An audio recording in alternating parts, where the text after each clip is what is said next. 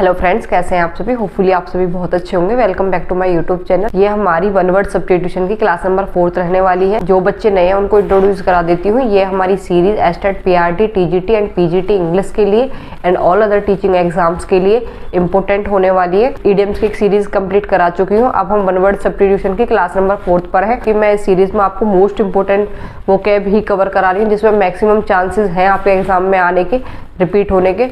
चलिए क्लास को कंटिन्यू करते हैं। A man with abnormal habits, उसका मीनिंग क्या होता है? इसेंट्रिक, एक ऐसा इंसान। एबनॉर्मल का मीनिंग है असामान्य। असामान्य से मतलब है जो उल्टी सीधी हरकतें करते हैं, ऐसे मैन को हम क्या कहते हैं? इसेंट्रिक। इसेंट्रिक का मीनिंग होता है विचित्र, जो अलग थलग बातें करते हैं, ऐसे लोगों को कहते हैं eccentric. Study of interaction of people with their environment का मीनिंग होता है इकोलॉजी। इकोलॉजी का हिंदी में मीनिंग होता है पर्यावरण विज्ञान। ये अपने आप में एक सब्जेक्ट होता है। चलिए आगे चलते हैं। One who is pre occupied with his on interested, एक ऐसा इंसान जो अपने ही पॉइंट ऑफ व्यू पे अड़ा रहता है, ऐसे इंसान को क्या कहते हैं? ईगोइस्ट। ईगोइस्ट का मीनिंग होता है जो अपने ही बारे में सोचता है। अब उसको अपने ही विचार अच्छे लगते हैं, सब कुछ अपना अच्छा लगता है, अपने ही फायदे के लिए सोचता है, ऐसे इंसान को बोलते हैं ईगोइस्ट। जो सिर्फ अपने ही हित के बारे में सोचता है, अपने ही बिहेवियर उसको अच्छा लगता है। One who is pre occupied with his on interest, सिर्फ अपनी रुचियों के बारे में, अपने हित के बारे में ही को सोचना अच्छा लगता है, उसको हम अगर हिंदी में बात करें तो उसे हम बोलेंगे आत्महितैषी। जो अपने ही हित के बारे में सोचता है, उसे अच्छाई बुराई किसी से कुछ नहीं लेना, बस उसे अपना इंटरेस्ट फॉलो करना है। जो चीजें उसे अपने लिए अच्छी लगती है वो ऐसे काम करता है, उसको हम कहते हैं ईगोइस्ट। और एक होता है ईगोटिस्ट। ये ईगोइस्ट है, एक ईगोटिस्ट है। एक ईगोइस्ट वो होता है जो बड़ा चढ़ाकर सिर्फ अपने बारे में सोचता है, और ईगोटिस्ट वो होता है जो अपने बारे में बड़ा चढ़ाकर बातें करता है, उसे हम ईगोटिस्ट कहते हैं। बस टी का फर्क होता है ईगोइस्ट और ईगोटिस्ट में, ठीक है।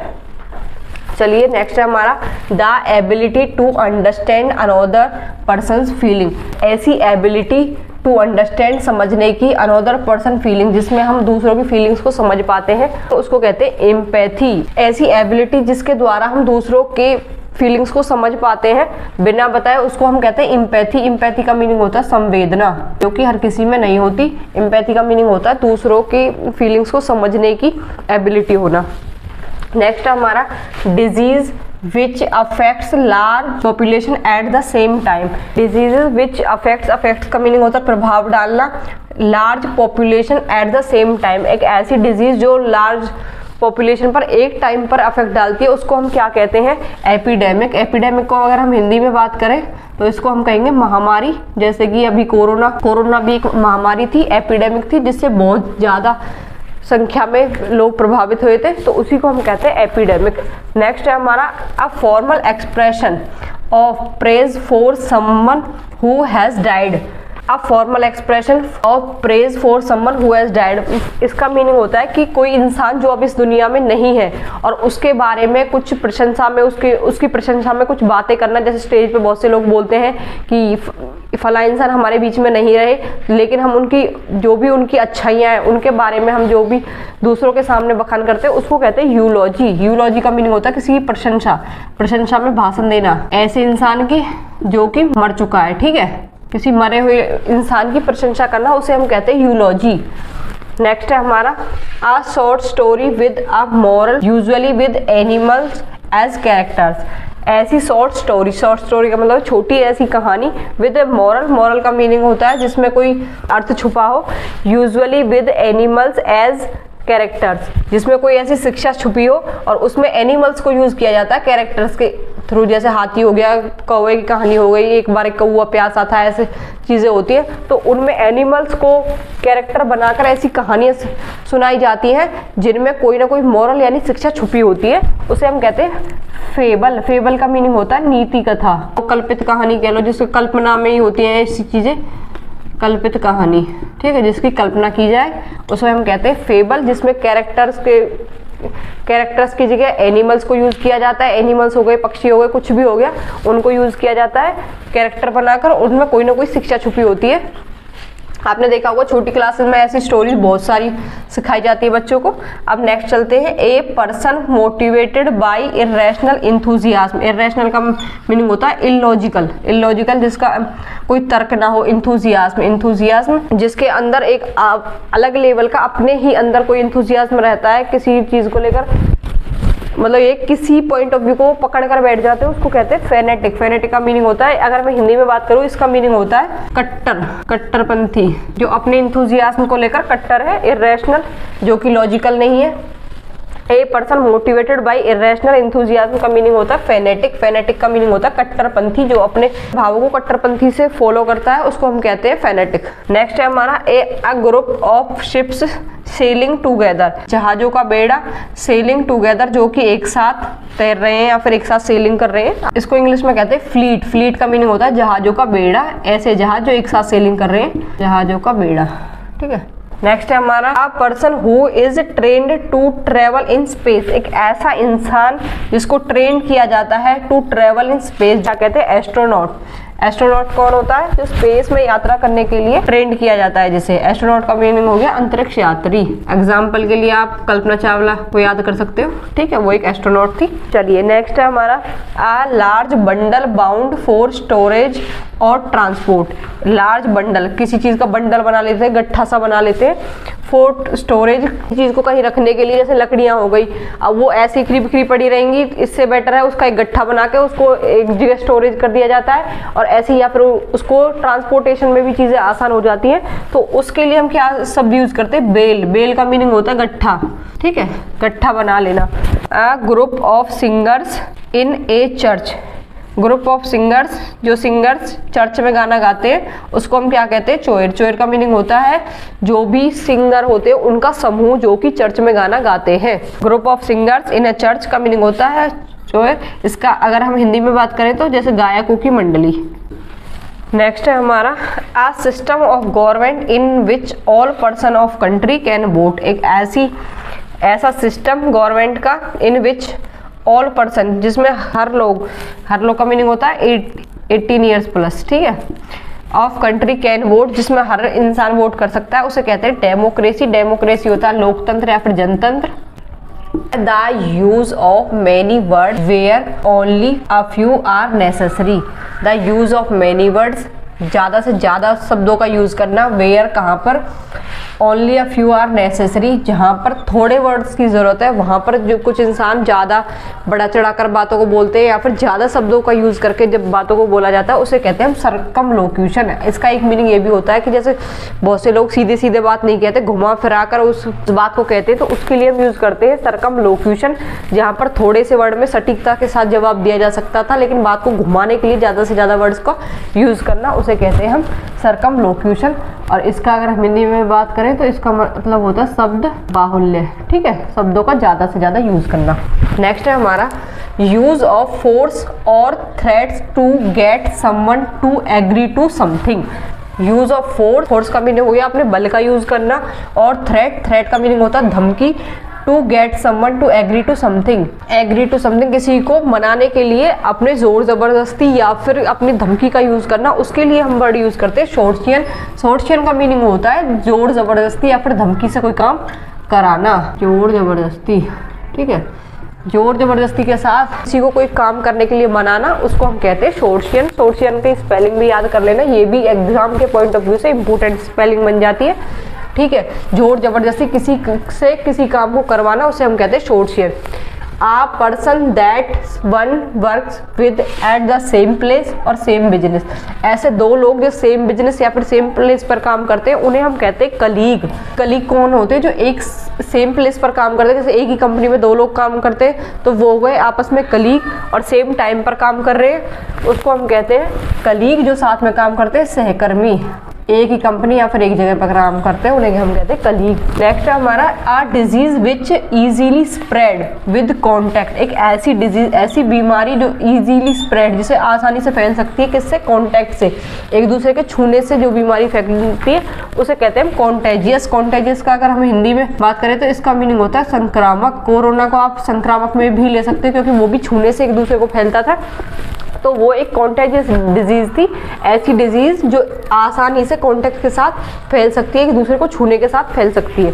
अब हमारा नेक्स्ट है one who is citizen not of a country but of the world. एक ऐसा इंसान जो सिटीजन यानी नागरिक नहीं है, सिर्फ एक देश का नागरिक नहीं है, वो पूरे वर्ल्ड का नागरिक है। इसका मीनिंग क्या, अगर हम हिंदी में इसका मीनिंग निकालें, इसका मीनिंग ये है कि एक ऐसा इंसान जो दुनिया के किसी भी देश में रह सकता है, किसी भी देश में वो जहाँ भी रहता है वहाँ के लोगों को अपना बना लेता है, वहाँ पर ऐसे रहता है जैसे वो उसी का देश हो। तो ऐसे इंसान के लिए हम यूज करते हैं कोस्मोपॉलिटन। तो इसका मीनिंग हो गया सर्वदेशीय, जो सभी देशों को अपना देश मानता है उसे कहते हैं कोस्मोपॉलिटन, जिसको सब देश अच्छे लगते हैं, सब देशों में रह सकता है, सबके साथ घुल मिल कर रहता है और सब देशों को अपने देश मानता है, उसे हम कहते हैं कोस्मोपॉलिटन। नेक्स्ट है हमारा place that provides refuge. Refuge का मीनिंग होता है शरण देना किसी को। Where mentally ill could be cured. एक ऐसा इंसान जो ऐसे लोगों को शरण देता है जो दिमाग से, जिनके दिमाग में थोड़ी कमी होती है या फिर जो मेंटली इल होते हैं, दिमाग के तौर पर बीमार होते हैं, ऐसी जगह को हम क्या कहते हैं, अजाइलम। अजाइलम का मीनिंग होता है शरणास्थल या फिर अस्पताल, जो दिमागी तौर पर बीमार होते हैं, जिनका मतलब ये कि जिनका दिमाग में कमी होती है, ऐसे लोगों को जो रिफ्यूज प्रोवाइड करते हैं, जो ऐसे लोगों को शरण देते हैं, ऐसे अस्पतालों को क्या कहते हैं, अजाइलम। नेक्स्ट है हमारा a list of books referred to in a scholarly work. Scholarly का मीनिंग होता है धार्मिक वर्क, जो ऐसी बुक्स की लिस्ट, ऐसी बुक्स की लिस्ट हो गई जैसे हमारे वेद पुराण हो गए, जिनका कोई धार्मिक महत्व है, जो कोई धार्मिक महत्व रखती हैं, और ऐसी लिस्ट को हम क्या कहते हैं, बिब्लियोग्राफी, ग्रंथ सूची, ग्रंथ कहते हैं हम उनको, जो धार्मिक पुस्तकें होती हैं, और इनकी लिस्ट को कहेंगे हम ग्रंथ सूची। अगर इंग्लिश में बात करें तो इसको बोला जाएगा बिब्लियोग्राफी। बिब्लियोग्राफी का मीनिंग होता है ग्रंथों की सूची, जिनका कोई स्कॉलर महत्व है या फिर कोई धार्मिक महत्व है, उसको हम कहते हैं बिब्लियोग्राफी। तो बिब्लियोग्राफी का मीनिंग हो गया ग्रंथ सूची। नेक्स्ट है हमारा a person who is intolerant towards different opinions. मैंने लास्ट स्लाइड में भी आपको एक डिस्कस कराया था फेनेटिक। फेनेटिक भी एक ऐसा ही इंसान होता है जो सिर्फ अपने ओपिनियंस को वजूद देता है, औरों के ओपिनियंस को नेगलेक्ट कर देता है। तो उसी के जैसा ये वर्ड है बाइगट। बाइगट का मीनिंग भी होता है कट्टरपंथी, ठीक है, कट्टर व्यक्ति। बाइगट या फिर फेनेटिक, बाइगट का मीनिंग भी वही होता है और फेनेटिक का मीनिंग भी लगभग सिनोनिम है, थोड़ा थोड़ा डिफरेंस है, लेकिन मीनिंग सेम ही निकलता है। बाइगट और फेनेटिक, जो ऐसे इंसान जिन इंसानों को बस अपने जैसे विचार वाले लोग अच्छे लगते हैं, जिनको और के विचार पसंद नहीं है, ठीक है। नेक्स्ट है हमारा a small building room. A small building room used for Christians worship. एक ऐसी बिल्डिंग जो जहाँ पर क्रिश्चियंस वर्शिप करते हैं, जिसको यूज करते हैं क्रिश्चियंस अपनी वर्शिप के लिए। वर्शिप का मीनिंग होता है पूजा करना। ऐसी जगह जहाँ पर क्रिश्चियंस पूजा करते हैं, उस जगह को हम क्या कहते हैं, चैपल। चैपल का मीनिंग गिरजाघर, ठीक है। अगर हम हिंदी में बात करें तो चैपल का मीनिंग होता है गिरजाघर, जिसमें क्रिश्चियंस पूजा करते हैं अपनी। नेक्स्ट है हमारा अ पर्सन हु अपोजेस वार और use of military forces. A person who opposes, opposes का मतलब होता है जो खिलाफ होता है, वार यानी युद्ध के, या फिर use of military force, military force का यूज करने से जो इंसान अपोज में रहता है यानी उसका विरोध करता है, उसे हम कहते हैं पैसिफिस्ट। पैसिफिस्ट का अगर मैं हिंदी में बात करूँ तो पैसिफिस्ट का मीनिंग है कि ऐसे इंसान से होता है जो इंसान शांति में ज़्यादा विश्वास रखता है, उसको लड़ाई झगड़े ये सब पसंद नहीं होता, तो ऐसे इंसान के लिए हम कहते हैं पैसिफिस्ट। अगर हम हिंदी में बात करें तो इसका मीनिंग हो जाएगा शांतिवादी। शांतिवादी क्या होता है, पैसिफिस्ट। जिसको लड़ाई झगड़ा पसंद नहीं है, शांति से रहना पसंद है, उसे कहते हैं पैसिफिस्ट। जिसको ना झगड़ा पसंद है ना मिलिट्री फोर्सेस का यूज करना पसंद है, वो हो गया पैसिफिस्ट। नेक्स्ट है हमारा a person who loves all Mankind. एक ऐसा इंसान जो सबसे प्यार करता है पूरी मानवता से, ठीक है। मैनकाइंड का मीनिंग हो गया पूरी मानव जाति से, तो उसका मीनिंग हो गया फिलेंथ्रोपिस्ट।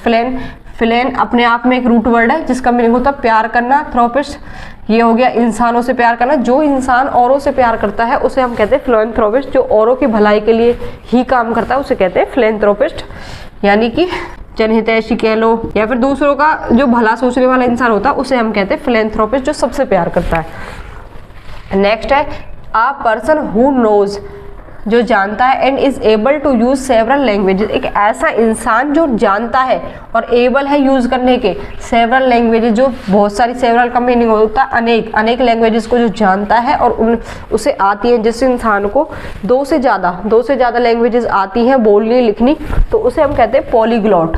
पॉलीग्लॉट का मीनिंग होता है बहुभाषी। पॉलीग्लॉट बहुभाषी, ऐसा इंसान जिसको ज़्यादा लैंग्वेजेस आती हैं, कई लैंग्वेजेस को जो जानता है उनको यूज भी कर सकता है, ठीक, उसे हम कहते हैं पॉलीग्लॉट। नेक्स्ट है हमारा an animal that lives by killing and eating other animals. एक ऐसा एनिमल दैट लिव्स, जो जीता है, बाय किलिंग, औरों को मार कर, एंड ईटिंग अदर एनिमल्स, जो और एनिमल्स को खाकर जिंदा रहता है उसे हम कहते हैं प्रीडेटर। प्रीडेटर का मीनिंग होता है जो दूसरे जीवों को खाकर जिंदा रहते हैं उन्हें कहते हैं प्रीडेटर।